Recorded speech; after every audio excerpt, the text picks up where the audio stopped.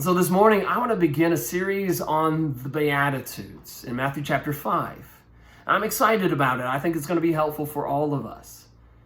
In Matthew 5, contextually, we've got Jesus who's got this huge and wonderful crowd, just hundreds and even thousands of people who are flocking to him. He's like this rock star getting out of his car in a crowded city. People are just pressing up on him to be able to see him. And so it says Jesus looks over the crowd and he goes up on top of a mountain, and his disciples gather to him, and he begins to preach what we commonly know as the Sermon on the Mount.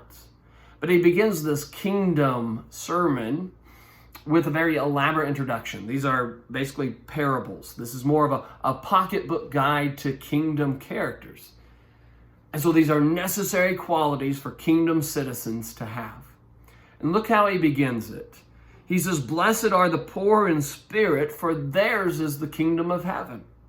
And so poor in spirit, what does that mean? Well, it's the idea of spiritual poverty.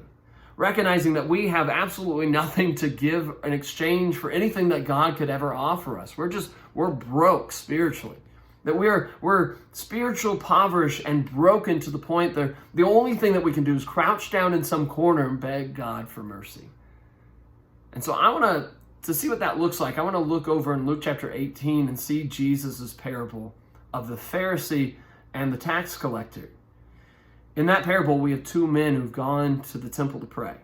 And on one hand, we have this Pharisee who stands up and he's looking up to God and he says, "God, I thank you I'm not like any of these other men," pointing them out and their sins, including the tax collector.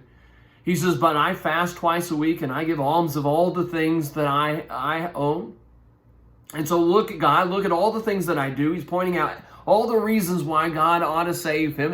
It's my merits, my works, all the greatness and awesomeness of me. And then on the other hand, we have this tax collector who's over in the corner, crouched down, can't even look up to God, and he says, "God, have mercy upon me, a sinner." That's the picture of poor in spirit. This man recognized he had nothing to give to God. He recognized that he was a sinner. Do we recognize that we have rebelled against God in our lives?